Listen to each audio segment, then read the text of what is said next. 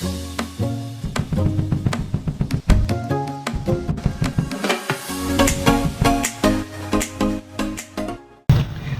niyo ako guys, magluluto tayo ng fried chicken ala lakwachero. So yan, nakikrave kasi ako ng fried chicken instead na bumili sa labas or mag Jollibee or something. Much better na bumili na lang ako ng lulutuin, then ako mismo magluluto. Unang-una, mas marami. Pangalawa, mas magagawa natin yung timpla natin. So yan, tara, samahan niyo ako. So ito guys, may binili akong isang hita at saka isang laman ng manok. So pina-slice ko yan, 6 na slice yata yan.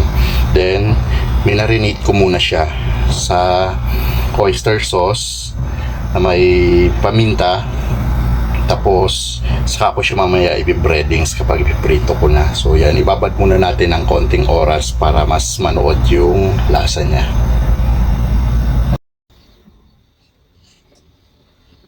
So guys, magpapainit na tayo ng mantika. Then start ko na rin nabos ko na para marami-rami. Simutin muna natin.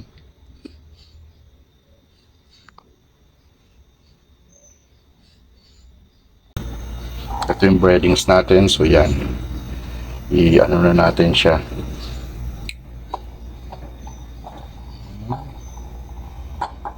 Siguradong malasa yan guys.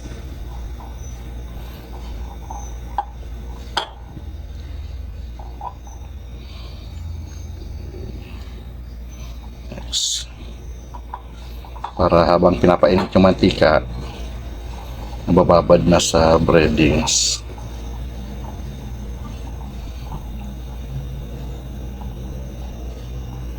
Pa. Tama, 6 na piraso nga. So, mamaya magmumukbang tayo ng chicken.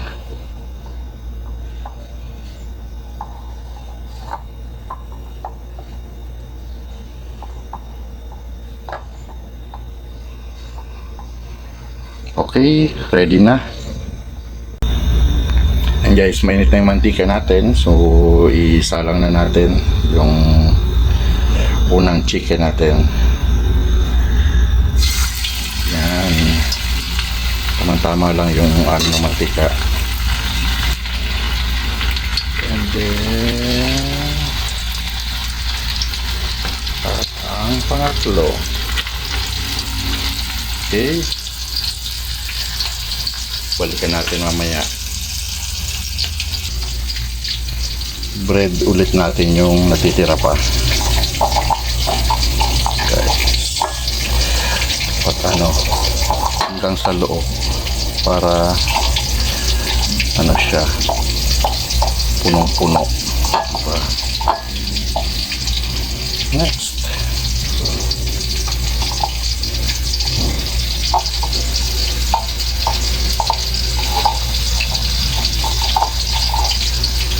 and the last one,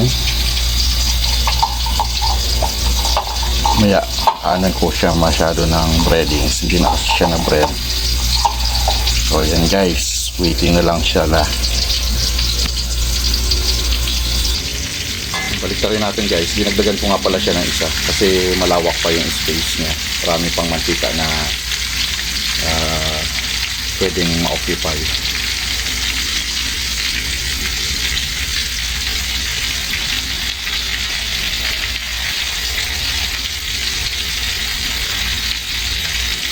Yung isa later na kasi bagong salang yun.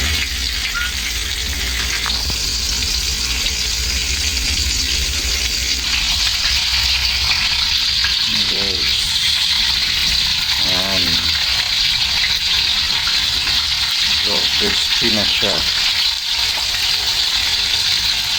Siyempre mas masarap pag yung crispy talaga, diba?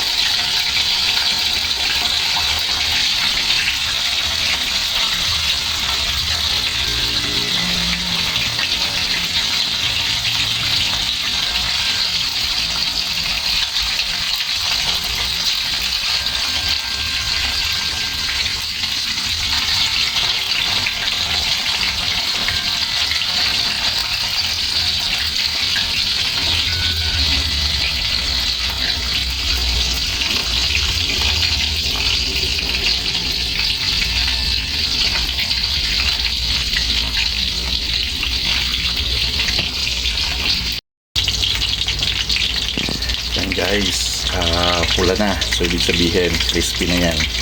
So, konting ano na lang.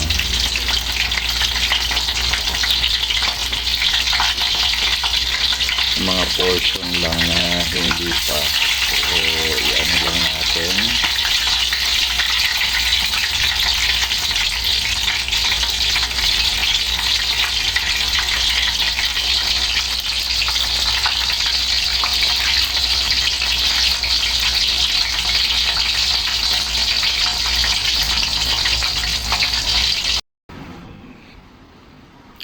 Guys, eto na lahat yung naluto natin. So, yan.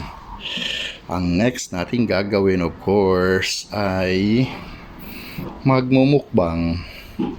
So, yan yung naluto natin na fried chicken ala lakwachero.